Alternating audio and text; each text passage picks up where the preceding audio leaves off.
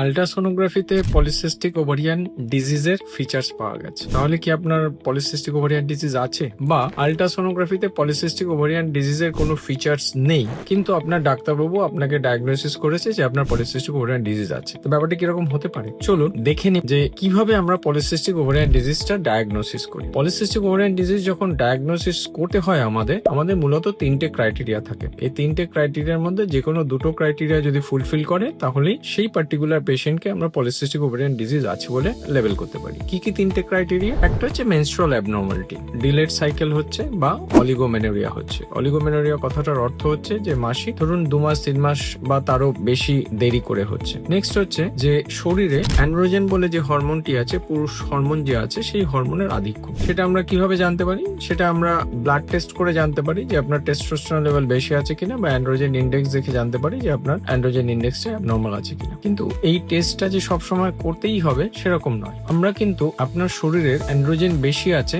সেটা পরোক্ষভাবে জাজ করতে পারি যদি আমরা দেখি যে আপনার দেহের বিভিন্ন অংশে অবাঞ্ছিত লোম আছে, particularly facial hair, excess body hair, acne বেশি হচ্ছে। এই ধরনের জিনিসগুলো যদি আমরা দেখি তাহলে এগুলো একটা ইনডাইরেক্ট এভিডেন্স যে আপনার অ্যান্ড্রোজেন বেশি আছে। এইগুলো যদি আমাদের ক্রাইটেরিয়া হয় তাহলে কারোর যদি মেনস্ট্রুয়াল অ্যাবনর্মালিটি এবং external features suggestive of androgen excess যদি থাকে তাহলে তাকে আমরা কোনো রকম ইনভেস্টিগেশন না করেও কিন্তু বলতে পারি যে আপনার পলিসিস্টিক ওভারিয়ান ডিজিজ থাকার সম্ভাবনা বেশি। এবং ঠিক এর বিপরীতটাও সত্যি।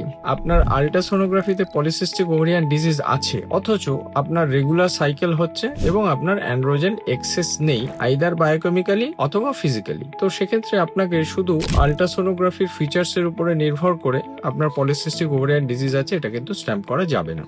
তাহলে এই অংশটা আমাদের কাছে পরিষ্কার হলো যে পলিসিস্টিক ওভারিয়ান ডিজিজ ডায়াগনোসিসের জন্য আল্ট্রাসোনোগ্রাফি ম্যান্ডেটরি নয়, বা কোনো ব্লাড ইনভেস্টিগেশন বা কোনো রকম ইনভেস্টিগেশন ম্যান্ডেটরি নয়। চলুন এবার জেনে নিই যে যাদের আমরা পলিসিস্টিক ওভারিয়ান ডিজিজ ডায়াগনোসিস করছি তাদের সাধারণত আমরা কি ধরনের ইনভেস্টিগেশন করি। হ্যাঁ, ট্রান্সভাজিনাল সোনোগ্রাফি খুব কমন ইনভেস্টিগেশন, যেটা অলমোস্ট প্রত্যেক মহিলাকেই সাজেস্ট করা হয় যারা মেনস্ট্রুয়াল অ্যাবনর্মালিটি নিয়ে আসছেন। এটা ছাড়াও আমরা কতগুলো অ্যাডিশনাল ব্লাড টেস্ট করি, যেমন thyroid profile, prolactin hormone, fasting insulin level বা পোস্টপ্রেন্ডিয়াল ইনসুলিন লেভেল। এই হরমোনগুলো আমরা দেখে থাকি কারণ এই হরমোনগুলোর তারতম্য কিন্তু এই পলিসিস্টিক ওভারিয়ান সিনড্রোমের সাথে ওতপ্রোতভাবে জড়িত। পলিসিস্টিক ওভারিয়ান ডিজিজে FSH LH হরমোনেরও অ্যাবনর্মালিটি থাকে, কিন্তু এটার সাথে সরাসরি ডায়াগনোসিসের কোনো সম্পর্ক নেই, কিন্তু ট্রিটমেন্টের সম্পর্ক আছে। তো ক্ষেত্র বিশেষে আমরা কিন্তু FSH LH হরমোনও পরীক্ষার আওতায় এনে থাকি। এবার জেনে নিই পলিসিস্টিক ওভারিয়ান সিনড্রোমের পেশেন্টরা ইউজুয়ালি কি ধরনের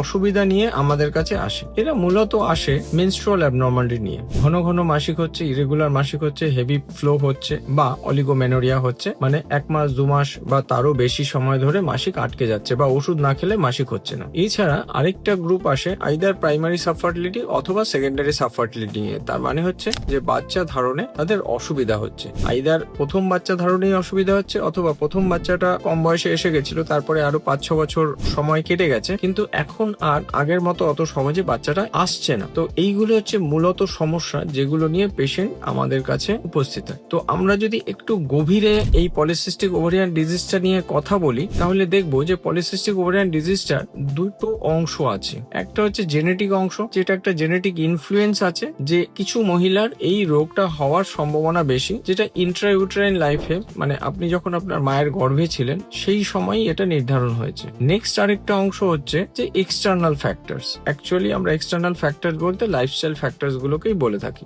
যেমন ধরুন ওবেসিটি, খাদ্যাভ্যাস, সিডেন্টারি লাইফস্টাইল না অ্যাক্টিভ লাইফ লিড করছে। এই ধরনের অংশগুলো কিন্তু এখানে কন্ট্রিবিউটরি ফ্যাক্টর প্লে করে। কারোর যদি জেনেটিক বায়াস থাকে বা জেনেটিক প্রিডিসপোজিশন থাকে, তাদের যদি ওয়েট গেইন করে তো তাদের এই পলিসিস্টিক ওভারিয়ান ডিজিজের এক্সপ্রেশন ত্বরান্বিত হয়। তাই যদি হয় তাহলে উল্টো ঘটনাটা কি সত্যি হতে পারে? যার পলিসিস্টিক ওভারিয়ান ডিজিজ আছে তিনি যদি ওয়েট রিডাকশন করেন তাহলে কি তার পলিসিস্টিক ওভারিয়ান ডিজিজটা কারেক্ট হতে পারে? হ্যাঁ, অবশ্যই পারে। মাত্র 10% ওয়েটও যদি আমরা কারেকশন করি, 70% পলিসিস্টিক চেঞ্জেস, যে হরমোনাল প্রোফাইল যেগুলো অ্যাবনর্মাল হয়, তার 70% কিন্তু 10% ওয়েট রিডাকশনের মাধ্যমেই কমানো যায়। তো আপনার ডাক্তারবাবু আপনাকে যখন ট্রিটমেন্ট করে, ডাক্তারবাবুর হাতে কিন্তু এই 30% অংশই থাকে। যত রকম ওষুধই দিক না কেন আপনার হরমোনাল সমস্যাগুলোকে কারেক্ট করার জন্য, আপনি যদি আপনার ওই 70% অংশ মানে ওয়েট রিডাকশন বা অ্যাপ্রোপ্রিয়েট ওয়েট, এই অংশটার উপরে বা লাইফস্টাইল ফ্যাক্টরগুলোর উপরে আপনি যদি কনসিডার না করেন, আপনি যদি এফোর্ট না দেন,